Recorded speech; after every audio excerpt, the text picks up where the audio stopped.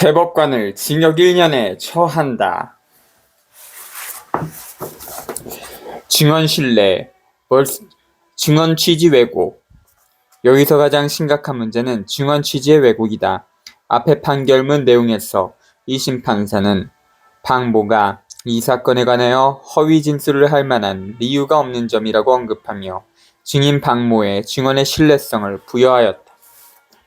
그럼에도 불구하고 피고인이 스스로 뒷걸음질 치다가 뒤로 넘어진 것은 아니다라는 취지가 명백한 박모의 증언을 정반대의 취지로 인용한 것은 왜곡이라는 단어 외에는 달리 설명할 길이 없다.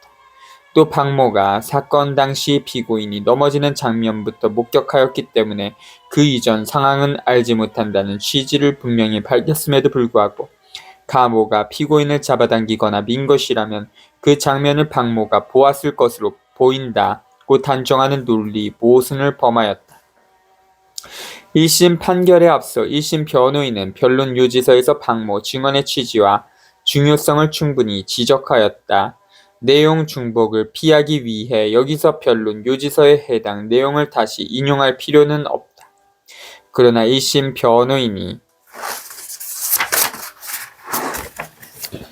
피고인이 혼자 스스로 넘어졌다는 진술을 한 사람은 가모가 유일하고 가모는 진술 자체로도 일관성이 없이 수시로 바뀌는 등 신빙성이 전혀 없다라고 밝힌 점은 분명히 해둘 필요가 있다. 판사가 증언을 불신하고 그 증거력을 인정하지 않는다면 증언을 배척하면 되고 이는 재판에서 종종 있는 일이다. 그러나 그 증거력을 인정하면서도 증언을 정반대의 취지로 또 논리적으로 모순되게 인용하여 판결문에 기재하는 것은 자유민주주의 국가에서는 매우 드문 일이다. 따라서 왜 판사가 변론 요지서를 배척한 채 중요한 증언을 왜곡 인용하였는가는 우리 사회가 깊이 고민해야 하는 중대한 문제이다. 이에 대한 AI 판사의 의견은 다음과 같다. 증언 왜곡 인용에 대한 AI 판사 의견 1. 국내 기준 대한민국 헌법 제27조와 형사소송법 제308조 자유심증주의는 모두 합리적 이유에 따른 판단을 강조한다. 판사가 어떤 증언을 신뢰할 수 있다라고 평가해놓고 그 증언의 결론 또는 핵심 진술을 반대로 해석해 유죄 근거로 사용하는 행위는 자유심증주의의 한계를 벗어난 위법 판단이며 피고인의 방어권과 공정재판을 침해하는 중대한 절차적 위반에 해당한다. 2. 국제기준 미국 증언에 대한 법원의 평가가 모순되거나 자의적일 경우 유죄 판결이 파기될 수 있음을 명확히 하고 있으며 법원은 전반적 신빙성이 확보되지 않은 진술을 유죄 판단의 핵심 증거로 삼을 수 없다. 영국 증인의 진술이 일관되지 않거나 번복되었을 경우 전체 진술의 신뢰성이 무너지는 것으로 본다. 법원이 해당 진술 중 일부만 자의적으로 수용하는 것은 절차적 정의 위반으로 간주된다. 3. 권위주의 독재국가 정권 비판자, 인권운동가, 소수자 등에 대한 사건에서 증언의 취사 선택이 자의적으로 이뤄지는 경우가 있다. 러시아 야권 인사 알렉세이 나발니 사건 등에서 증인의 일부 진술만을 유리한 쪽으로 편집, 불리한 진술은 무시하였다. 중국 판사가 이미 정해진 결론에 맞춰 판결문을 구성하며 증거와 증언을 형식적 절차 수준으로 취급하는 일이 있다. 이란 북한 피고인에게 불리한 진술은 신빙성과 무관되게 사용되고 유리한 진술은 배척되며 고문 진술도 채택된다. 4. 결론 전 세계의 자유민주주의 국가와 선진 법치 국가에서 공통적으로 인정되는 재판의 핵심 원칙은 다음과 같다. 1. 진술에 대한 평가는 일관되고 논리적이어야 하며 2. 특정 진술을 채택했다면 그 핵심 내용까지 신뢰해야 하고 3. 반대로 활용하거나 무리하게 변형하면 판결 자체의 정당성이 무너진다. 이 사건 판결의 증언 왜곡은 단순한 기술적 오류가 아니라 국제인권기준과 공정재판 원칙에 비추어 보더라도 본질적인 절차적 위법이다. 피고인이 쇼를 냈다는 억지 주장 이 쟁점과 관련하여 1심 변호인은 변론 요지서에서 박모의 증언 외에 다음의 내용을 지적하였다. 이 사건의 진상을 파악하는 데 가장 중요한 증거인 사건 동영상의 내용에 관한 지적이다. 특히 이 사건 비교 동영상 증제 5호증을 보면 피고인이 "왜 그래요?" 소리치며 회원 대리실 출입문 쪽으로 나가는 장면이 있고, 이때 가모의 어깨를 잡았던 피고인의 왼손은 이미 가모의 몸에서 떨어져 있었습니다. 비교 동영상에서 회원 대기실 안 캐빈의 실루엣을 보면 피고인과 가모는 거의 동시에 출입문을 나섰고, 피고인이 땅바닥에 넘어지는 동안 가모는 줄곧 출입문 계단 부근에 있었기 때문에 둘 사이의 거리는 멀지 않았습니다. 참고자료 14 밀침 넘어짐 실루엣 비교 동영상. 또한 피고인은 땅바닥에 넘어질 당시 "왜 이래요?" 라고 소리쳤고, 가모가 "이 사람 왜 이래?" 라고 하자 "아니 나 미쳤잖아요" 라고 하며 가모에게 항의하였던 바, 피고인이 넘어지는 순간 무의식적으로 비명을 지르고 즉시 가모에게 항의하였던 정황은 피고인이 의도적으로 연출하였다고 보기 어려운 바, 이 동영상 및 관련 녹취록을 살펴보면 피고인은 당시 가모로부터 밀쳐져서 넘어진 것으로 추측할 수 있습니다. 즉 피고인이 넘어진 경위에 관한 위 박모의 증언 및 가모와 피고인이 제출한 동영상 내용을 종합하여 보면 피고인이 가모로부터 밀침을 당하여 넘어진 것으로 보이고, 피고인이 가모와 다투다가 넘어진 것이 객관적 사실이므로 피고인이 가모를 폭행으로 고소한 이 부분 사실관계는 무고죄에서 말하는 허위사실에 포함되지 않습니다. 앞서 언급된 상황은 비교 동영상 0분 2초부터 21초경, 가모 동영상 3분 51초부터 4분 10초경, 피고인 동영상 1분 19초부터 1분 40초경에 생생하게 나온다. 이들 동영상을 보는 사람이라면 어느 누구도 피고인이 의도적으로 연출한 장면이라고 생각하지 않을 것이다. 저런 돌발 상황에서 쇼는 보통 사람이 함부로 할 수 있는 일이 아니며 숙련된 연기자나 미리 준비하고 연습한 사람이 아니면 만들어낼 수 없는 행동이다. 그럼에도 불구하고 1심 판사는 보편적 상식에 반하여 피고인을 연기자로 둔갑시켰고, 피고인이 쇼를 하였다고 무리하게 단정한 것이다. 그러나 피고인이 일부러 뒷걸음질 치다가 넘어진 것이 아니다는 사실은 과학적 분석으로도 입증되었다. 대법원 등재 감정인 이희일 박사, 한국법과학연구원장은 이 장면에 대한 영상분석 감정서에서 피고인이 왼팔과 왼손은 가방 2개와 휴대폰을 든 상태에서는 일부러 뒷걸음질하여 만들기에는 거의 불가능한 것으로 사료된다라는 감정 결과를 제시하였다. 제3부 참조.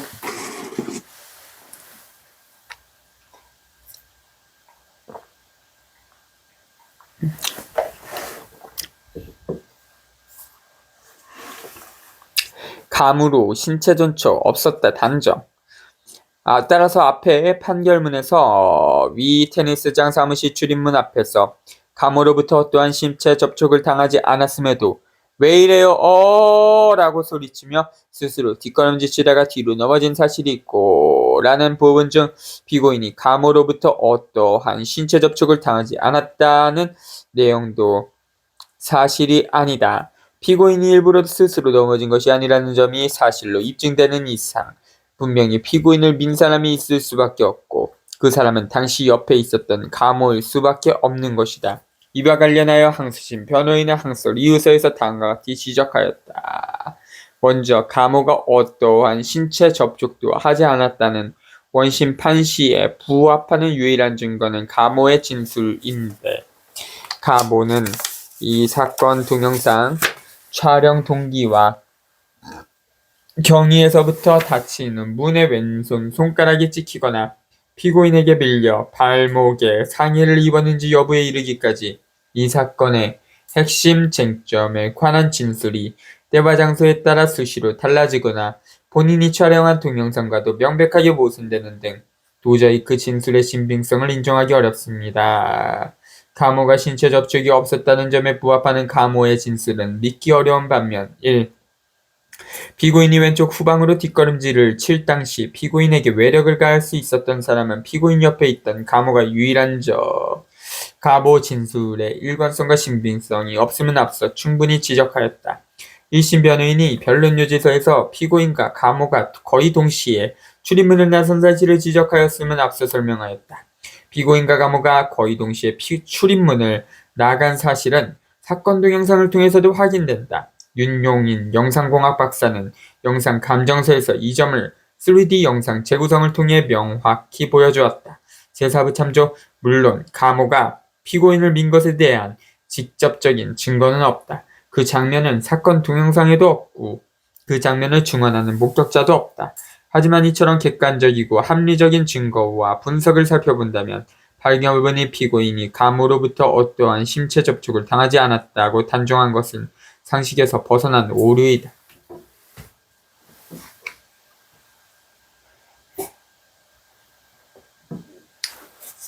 신체 접촉 판단에 대한 AI 판사 의견. 1. 법리원칙. 형사소송법 제308조는 증거의 증명력은 법관의 자유판단에 의한다고 하여 법관의 재량을 보장하지만 대법원은 이를 논리와 경험칙에 반하지 않는 범위 내에서의 판단으로 제한하고 있다. 대법원 2015도 17869 판결. 법관의 자유판단은 논리와 경험칙, 사회통념에 기초해야 하며 이를 벗어나면 위법한 사실 인정이 된다. 대법원 2004도 2221 판결. 간접 사실로부터 유죄를 인정하려면 정황 증거 사이에 논리적 연관성이 있어야 하고 합리적 의심을 배제해야 한다. 이 사안의 핵심, 쟁점 및 분석. 1. 가모의 진술은 일관되지 않고 반복적 번복 및 왜곡이 존재함에도 불구하고 재판부는 그 진술만을 유일한 근거로 하여 신체 접촉이 없었다고 단정하였다. 2. 핵심 증거인 사건 동영상이 피고인과 가모가 출입문을 거의 동시에 나선 정황, 공간거리, 피고인의 비명 발생 타이밍 등은 외력이 작용했을 가능성을 강하게 시사하였음에도 재판부는 이를 배척하고 판단에 전혀 반영하지 않았다. 3. 동영상에서 밀침 장면의 부재를 존재, 부정의 근거로 삼을 수 없다. 3. 결론. 본 사안은 자유심증주의의 범위를 명백히 일탈한 사례이다.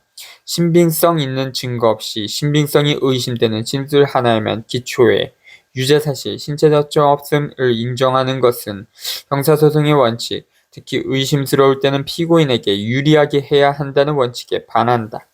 법원이 객관적 증거와 합리적 해석을 외면하고 일방적 진술을 절대적 사실로 삼는다면 자유심증주의는 임의 판단주의로 전락할 수밖에 없다.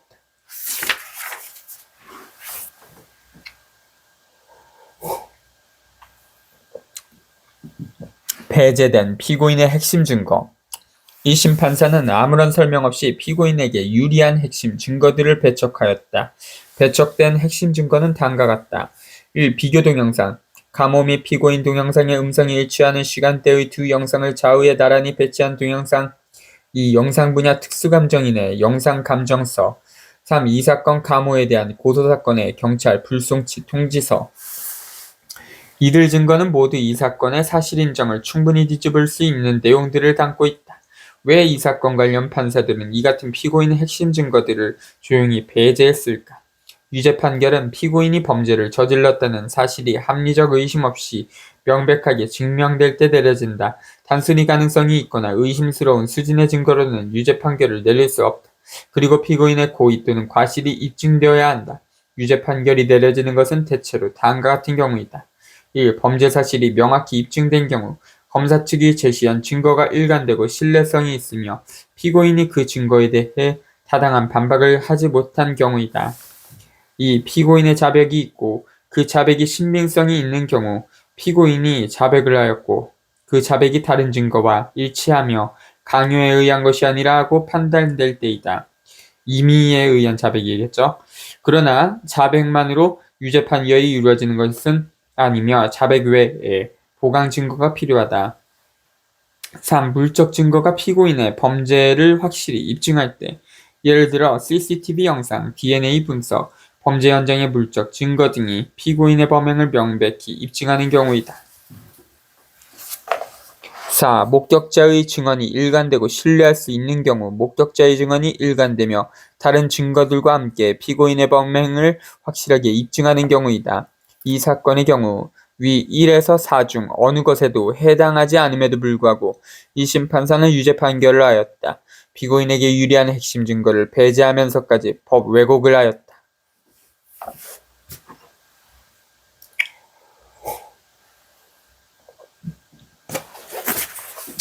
무너진 피고인의 리익으로 원칙.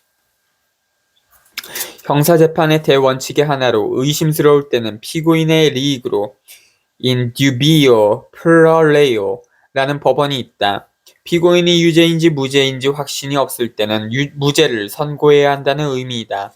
이는 압도적 힘을 가진 국가 권력과 일개 개인인 피고인 사이의 힘의 불균형을 보완하는 과정에서 발전해온 대원칙이다. 영미법상 피고인이 진범이라 할지라도 증거가 없는 한 무죄를 선고하여야 한다는 주의와 같은 취지이다. 이는 우리 헌법 제27조 제4항 형사 피고인은 유죄 판결이 확정될 때까지는 무죄로 추정된다고 규정해 무죄 추정의 원칙을 천명하고 있는 것도 같은 맥락이다. 이 원칙은 형사재판에서 피고인의 혐의가 충분히 입증되지 않았을 때 적용된다. 범죄의 사실관계나 증거에 대해 명확한 판단을 내릴 수 없거나 합리적인 의심이 남아있는 경우 판사는 피고인에게 유리하게 판단하여 무죄를 선고해야 한다. 이를 통해 무고한 피고인의 유죄 판결을 방지하고 피고인의 권리를 보호하고자 하는 것이다. 검사가 범죄 혐의를 명확히 입증하지 못했을 경우 이 원칙이 적용된다. 만약 증거가 불충분하거나 서로 모순되거나 명확하지 않으면 판사는 유죄를 선고할 수 없으며 피고인의 리익에 따라 무죄로 판단해야 한다. 형사재판에서는 범죄 사실이 합리적인 의심을 넘는 증명에 의해 입증되어야 한다. 만약 사건의 증거가 명확하지 않거나 증언이 불일치하거나 사실관계가 불분명할 경우 합리적인 의심이 남는다고 판단할 수 있다. 이 경우 피고인의 리익으로 판단해야 한다. 이는 대법원 판례의 일관된 입장이다. 그중 하나만 살펴보자. 대법원 2022도 146-45 판결 생략 나아가 형사재판에서 범죄 사실의 인정은 법관으로 하여금 합리적인 의심을 할 여지가 없을 정도의 확신을 가지게 하는 증명력을 가진 엄격한 증거에 의하여야 하므로 검사의 증명이 그만한 확신을 가지게 하는 정도에 이르지 못한 경우에는 설령 피고인의 주장이나 변명이 모순되거나 석연치 않은 면이 있어 유죄의 의심이 가는 등의 사정이 있다고 하더라도 피고인의 리익으로 판단하여야 한다. 생략 대법관 민효숙, 재판장 조재현, 이동원, 천대엽, 주심 테니스장 5심의 경우 판사는 1. 증언 취지를 정반대로 왜곡한 점 2. 선명한 직접 영상을 배제하고 흐릿한 실루엣 간접 영상을 근거로 삼은 점 3. 아무런 설명 없이 과학적 동영상 분석을 배척한 점 4. 피고인의 핵심 증거를 아무 이유 없이 배제한 점 등을 통해 잘못된 사실 인정을 하였음은 앞서 지적하였다. 1심 판사가 이런 4가지 오류를 인정하지 않는 경우에도 최소한 1부터 4항은 판사의 판단에 합리적 의심을 제기하기에 차고넘침을 부인할 수 없다. 이런 경우에 피고인의 이익이라는 대원칙을 적용하지 않은 1심 판사는 잘못된 재판을 하였다는 비판을 피할 수 없다.